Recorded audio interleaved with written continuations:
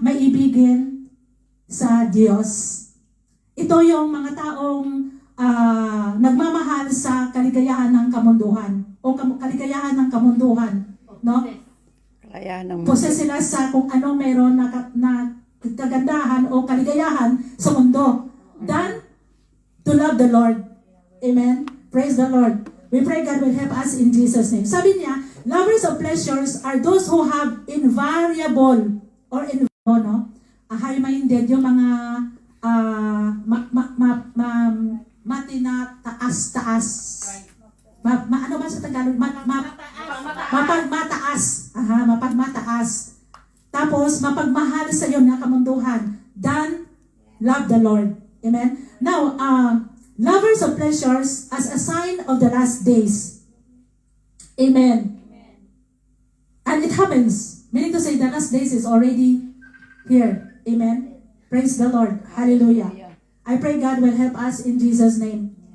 Now, lovers of pleasures as signs of the last days. He used the Greek word philodonos. Philodonos, meaning lovers of pleasure. Greek word, tandaan nyo yan ha. Baka may makaharap kayong Greeko na tao. So, pwede yung sabihin na, I'm not a lover of pleasure. I'm not a philodomos. Or I'm not a philodonos. Yan, ganun, no? Meaning, lovers of pleasures. To emphasize that society will become engrossed. Yung occupied ba? No? And obsessed with the pursuit of their comfort, happiness, and pleasure. We shall examine the dangers of sensual pleasures and remind ourselves of how to bring pleasure to God. Amen. So let's go na tayo dun sa outline 1 natin. Dangers of sensual pleasures. Amen. Ang sabi niya dito is, sensual pleasure is a carnal of worldly pleasure. Yun nga, yung kamunduhan. Alam niyo mga delikado ito. Very dangerous. Amen. Ang salita ng Diyos, sabi niya, will not root, hindi tutubo. No, hindi tutubo sa buhay ng tao. The word of God has not root, hindi tumutubo ang salita ng Diyos in them because of the cares of this world. Napuno yung puso nila ng kamunduhan imbes na yung Diyos ang nasa puso nila at sa mind nila. Amen. Yun ang dangerous, no? Careless sila sa pamumuhay nila sa araw-araw. Amen. Tapos unpleasant love for this incessant love for pleasures often results in poverty. Resulta niya dito ay kahirapan. Amen? Unpleasant pleasure, unpleasant love. Yung pagmamahal mo sa mundo na ito ay magbibigay o magdudulot ng kahirapan sa buhay. Tapos, they are sold out to lustful desires. Mapupunta na nila lahat ng lust, no? Hindi lang last sa sexual immorality, kundi yung gusto pa niya, kung ano pang gusto niyang gawin, pwede pa niyang pumatay ng tao, basta makuha niya yung gusto niya. That is lustful. Amen? Praise God.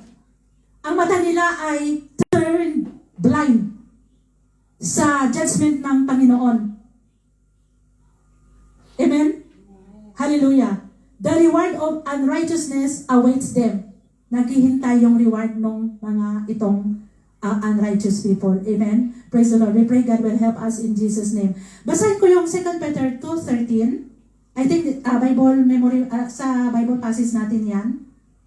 Basahin ko ulit, sabi na their destruction, o Tagalog, ito ang kabayaran sa ginawa nilang kasamaan. Mahilig silang gumawa ng lantarang kalaswaan, malaking kahihiyan at kapintasan ang dala nila sa inyo. So natutuwa silang lukuin kayo habang kumakain silang kasama ninyo sa mga pagsasalo-salo ninyo. Yun ang dulot niya.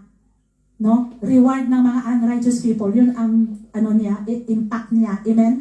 Now,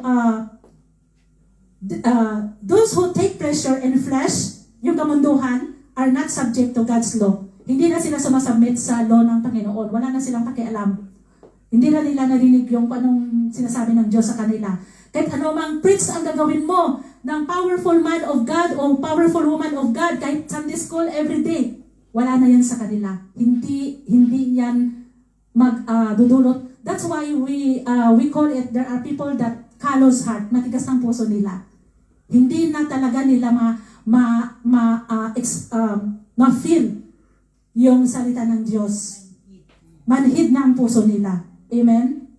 They are the people that filled ang puso nila ng lovers of pleasures.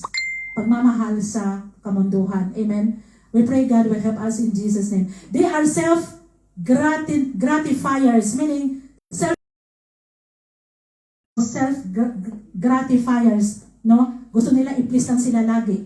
Amen? Hallelujah. We pray God will help us in Jesus' name. When every man is eager only for what he can get and anxious to keep what he has, it makes men dangerous to one another. Kung ang tao daw ay sabik, yung sabik na gustong lahat, na gusto kunin ang lahat, gusto ang kunin lahat, gagawin ang lahat. Tapos, worry siya kung saan niya itatago yung meron siya. Takot siyang makita ng iba na meron siya. Takot siyang mahingian ng iba. Madamot siya. Amen. So ito yung dangerous ng being nagmamahal ng kamunduhang kasiyahan. Amen. We pray God will help us in Jesus' name. Let's go to outline 2. Sabihin mo sa katabi mo, you are created for God's pleasure. Aha. Yeah, in Tagalog, ikaw ay nilikha para sa kaluguran ng Diyos. Ikaw ay nilikha para sa kaluguran ng Diyos. Aha. Praise the Lord. Thank you, Jesus. Yes, I am created for God's pleasure. Amen? And all of us. Praise the Lord. Revelation 4:11. Ang sabi na dito, Thou art worthy. Kanta ito. Alam niyo yung kanta na yan?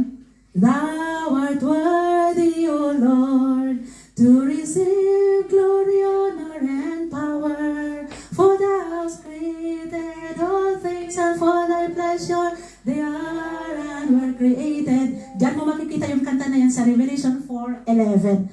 Sabi niya, Thou art worthy, O Lord, to receive glory and honor and power. For thou hast created all things, and for thy pleasure they are and were created, including us. We are His creation. Amen? Hallelujah. Praise the Lord. So now, one of the ways to give God glory is to acknowledge Him. Amen? In all that we do, no? When this is done in complete obedience, hindi lamang na acknowledge mo siya sa lahat ng ginagawa mo, hindi lang natatapos dyan, no? When this is done in complete obedience, amen? It is accompanied by prosperity. Hindi lang natatapos doon. May kasama pa siyang prosperity. Ano ba ito? Prosperity? Kasaganaan. Amen? Hindi ka nawawalan. Amen? Kasi, di ba sabi niya, I shall not want. Meaning, I have everything. Praise the Lord. Hallelujah. So, we honor God when we surrender totally to Him. So, mga kapatid, did you surrender all of you to the Lord? Have you prayed to God, Lord, I surrender my body, my spirit, my soul, my speak, the way I speak, I surrender to you, my voice, I surrender to you, I surrender to you, my liver, everything, you surrender to Him. I surrender to you when I'm going out, I surrender to you whenever I speak to people, I surrender to you. Everything. Have you done that? Have you prayed? Or have you tell God like that? Kasi pag sinabing total surrender, lahat na. Lahat na. Lord, I surrender even in the way in the time I'm eating. Kasi mayroong kumakain tao na parang bastos kumain, di ba? Or sinasayang ang mga pagkain. But if you surrender to the Lord, you will be very careful. Amen? And you will remember Him that He is the God He is the God of providence. According to our theme of the month. Amen? Praise God. So now, we also give pleasure to God when we do the following things like this. Live uprightly. Gusto bang bawat isa sa atin magsalita, ha? Live uprightly. Okay, siguro, ibigyan ko kayo ng assignment. Ngayon na. Sister Anita, live uprightly, you describe. Stay away from anything that defiles Sister Larin. Trust Him, Sister Nalin. Do His will, Sister Melanie. Seek to know Him for His greatness, Sister Lisa. fear Him and hope in His mercy. Sister Susan. Yeah. Amen? Sabi na kasi, we also give pleasure to God when we do the following. Live uprightly. Anong live uprightly? Sister Ann? Para marinig tayo sa... Live uprightly, like, it's very difficult.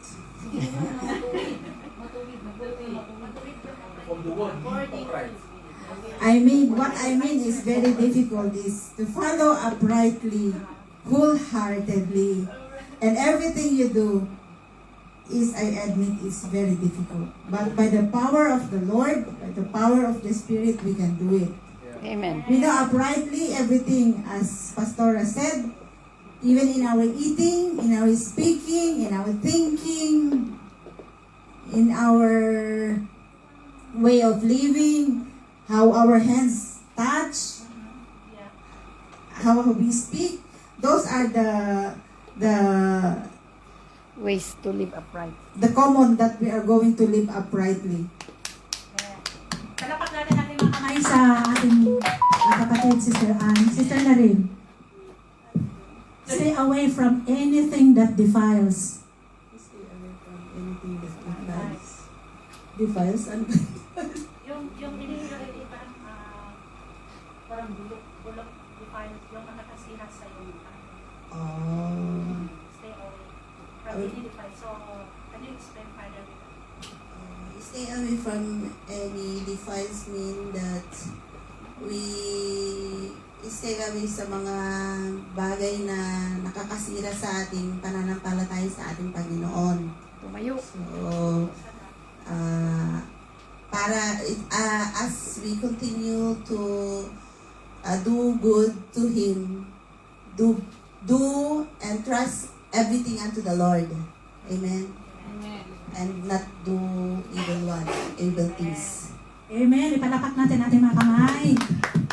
Hallelujah. Amen. Amen. Ano yun sa akin? Trust in the Lord. So I will read that Proverbs 3:5-6. Trust in the Lord with all your heart and do not lean on your own understanding. In all your ways acknowledge Him and He will make straight your path.